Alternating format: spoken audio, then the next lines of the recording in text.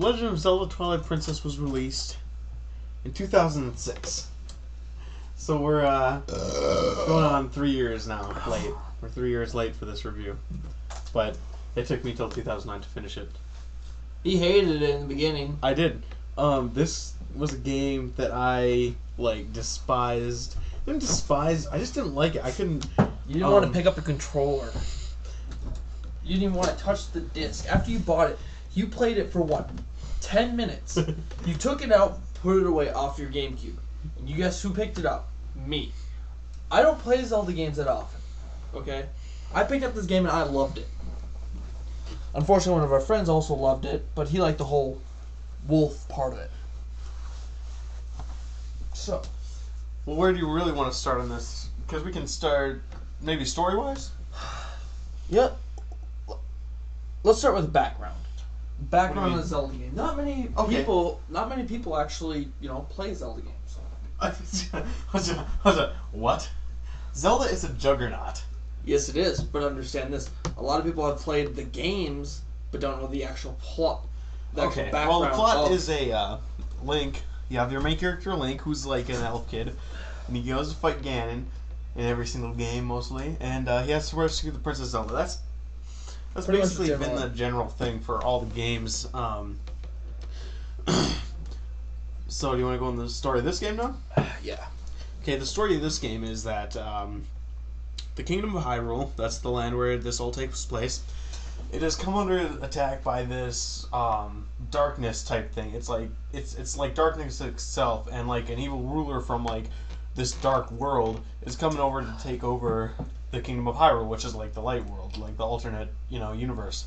And along with this comes this little imp called Midna, and she is, trying to take back the dark world from this evil ruler who is coming to take over the light world. So, meanwhile, we have the character Link, who is, the young heroic type guy, and he's just an average kid, pretty much. That is until he comes across some of the darkness warriors stealing his friends, and this sets him off on an adventure where he eventually finds out that he is the actual legendary hero, and he meets up with Midna, and for the rest of the game they pretty much work together to solve the crisis, and they warm up to each other more and more throughout the game, because at first Midna is a bit of a bitch. Pretty much she just sees you as a way of getting her kingdom back. Yeah. Even though technically you're not supposed to know it's her kingdom, pretty Yeah. much you can guess it's her kingdom. Yeah. About the two different worlds, it's actually that the creatures that come from the darkness world that attack you are not the actual creatures. The actual creatures that lived in that world were perfectly peace-loving ones. Unfortunately, the new king who took over was able to corrupt certain ones and then use the darkness to his advantage to create his own army. The darkness thing, by the way, the light world, dark world alternates are something that's really used a lot in the Zelda games. In Zelda Link to the Past on Super Nintendo, you had the dark world and light world. Ocarina of Time, you had the light world, not really the light world and the dark world, but you had the future, which was kind of devastated, and you had the past, which was more prosperous. So it was kind of the same thing here, but they did make a lot of steps to enhance that aspect of the game. Another part is, though, on the lightness and dark, Link cannot go into the darkness. He has to be able to transform into the wolf to be able to go into the darkness. Yeah, that's what happens when he goes in the wolf, and it creates an entirely different type of gameplay when you're in the wolf form. But it does help you a lot, though. Going back to how the story was played out, I thought that it started off really slow, and this is one of the reasons why I put it down, because I just, I wanted to get into it so bad, but it just kept. It felt to me like it kept dragging on and dragging on and dragging on, and it was getting nowhere, and I, it was trying to do something new with this whole wolf type of gameplay, but I missed the old type of gameplay, so going through all of that, I just got bored with it, and I just put it down. But you got to remember though too is that when you first make the first few levels they make of the game, mm-hmm. that's when they're really testing it out. Mm-hmm. So you have to understand that they're actually sort of, when they're developing the game, the first few levels are like developing it so that players who have never played a Zelda game can play it, but as well as veterans can play it as well. Yeah, even though it's slow. And that's what happened. Eventually, once it really started getting into it, it really brought back the essence of Zelda games that have always been there, that we all know and love. And that's where it got me back in. As soon as I picked up that Master Sword out of the stone, I was like, back in it.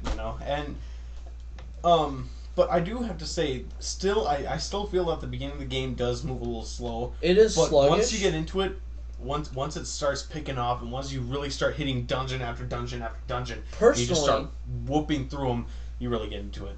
Personally, I think that with the way the game is, yes, it's sluggish, but in the beginning it actually sets everything. I mean, it sets everything in stone right there. It does. Because it's not like something like, it's fast paced, you miss part of the plot, and then later on you reveal certain parts of the plot. No, right in the beginning, it lays out everything that you're supposed to save the princess. You find out a little bit later in the game. Of course, you already knew that because it's a Zelda game, of course. And then you got trying to defeat the darkness, which was set in the beginning because you know that, So you save your friends, which actually becomes really interesting at the end of that quest. And one thing that it does, that any good game should do, and this does it, is it shows you how to use your character. You find out how to use the wolf exactly. You find out how to use Link exactly. You get used to it before it sets you off on the adventure. But I didn't get into it at first, but once I really started learning how to do everything, I started getting a little more, I started getting into it more. It's actually quite funny, because when I first started playing it, I had my doubts. Like when I borrowed it from you, I started playing it, I beat the game, and I was actually quite amazed at how much fun I had. Because I'm the type of person that I'm used to, like, the Zeldas from the Super Nintendo, the Game Boys. I'm not used to, I've never played, I barely ever played Ocarina of Time. I never played those type of games. Wind Waker I played for a little bit. I just, those type of games just weren't me. I get into this game, the plot, it just seems like everything's set just like any other game I would play. Like, for instance, if you think about Halo. You know what the plot is, survive in the beginning, then you have to defeat the Covenant, and so on and so forth. Well, some games, like, what else games? Halo, ODST. I'm using Halo references because, well, they're a little bit more widely known. Halo ODST really didn't have a set, a set plot. It's like the plot was pretty much thrown together at the last minute. Wasn't really, well done. But going back to the plot, I think one of the main things that helped the plot so much with this game was Midna. She was unlike any other Zelda character we've seen before. First I think it's partially because, of course, AI gets better with every game we see. But also, she's kind of like that fairy. What's her name? Well, Navi from Ocarina of Time. But the thing is, Navi was, first of all, it was older technology, but second of all, Navi and the King of Red Lions, they were just there to help you on their quest. They were, sent there because they wanted to help you. They wanted to help you get through the game.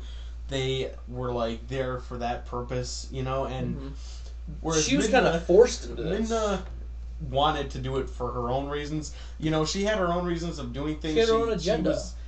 And she was her own character, too. She wasn't just a character, as a guide for the game. She was her own character. And they gave her a backstory and everything. And that was the first time in Zelda that we've really seen something done that well with a character. Another thing is actually, which is something that I've noticed about some of the side players is, you ever notice that in most Zelda games, not very many characters actually progress, character development. And now you have Link, who goes through character development, as well as Midna, and a few other characters. I understand, say you do something for somebody else, that's character development, but I'm talking about, huge steps. I mean, Link actually comes to understand his power a lot more than he did in the original games. Alright, I'm going to cut it off right here, because we need to make a second part.